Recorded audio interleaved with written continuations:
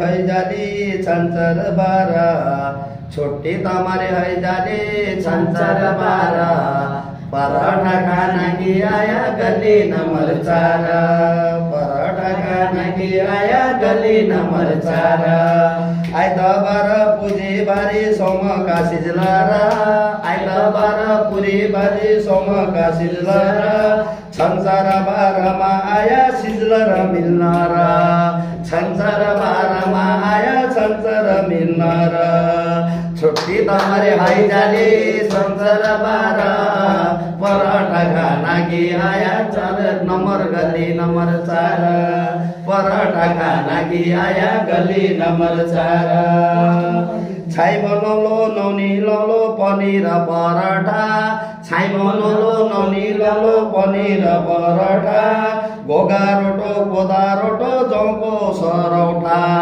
घोगा रोटो जौको रोटो गहुँ जौको सरौठा छुट्टी तमारे हैजाले छन्चर बारा पराठा खाना की आया गली नंबर 4 पराठा खाना की आया गली नंबर 4 साथमा सरस्यौको साग भुइँ सागी छाँछ साथमा सरस्यौको साग भुइँ सागी छाँछ परोठा खाना की आया छन्चर का छाँछ छुट्टी तमारे हैजाले छन्चर बारा परोठा खाना की आया गली नंबर 4 परोठा खाना की आया गली नंबर 4 नमस्ते हामीले यो गली नंबर 4 मा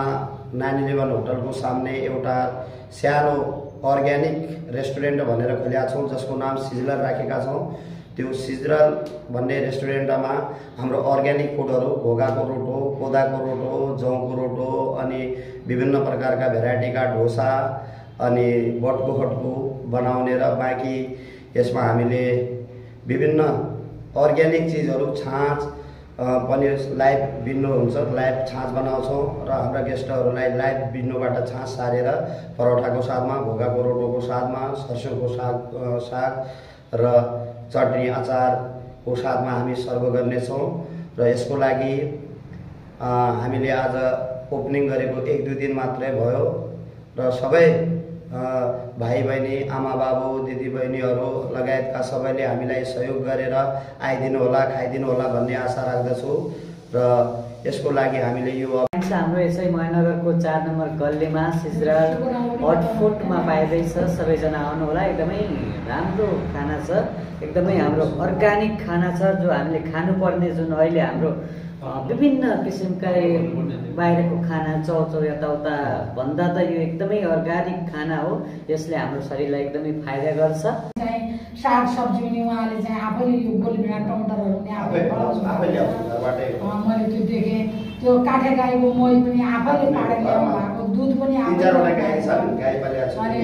6वटा भैँसी रहेछन् मैले देखे 7वटा गाई रहेछन् मैले देखेर आए तर मलाई चाहिँ असाध्य मन पर्यो उहाँले गरेको त्यो मेहनत उहाँले बनाएको यो फापरको रोटी कोदाको रोटी मकैको रोटी असाध्य मन पर्यो जौको पनि रोटी रहेछ अझ भएन भने कोदाको ढिँडो त मलाई त असाध्य मन पर्यो कोदाको ढिँडो त्यो मार्से भन्छ नि मार्सेको चाहिँ हरियो सब्जी यति मिठो लाग्यो त्यसैमा दही मिर्चे मैले त्यो त सरस्यौको साग मार्से तपाईले सरस्यौ भन्ने हाल्नुभयो सरस्यौ पनि लाग्यो असाध्य मन पर्यो उहाँलाई धन्यवाद छ मैले पनि खान पाएँ म पनि खुसी भएँ यति मिठो छ आहा भन्दै म नन्दा देवी जोशी उहाँलाई चाहिँ हार्दिक धन्यवाद दिँदै यो चाहिँ एकदम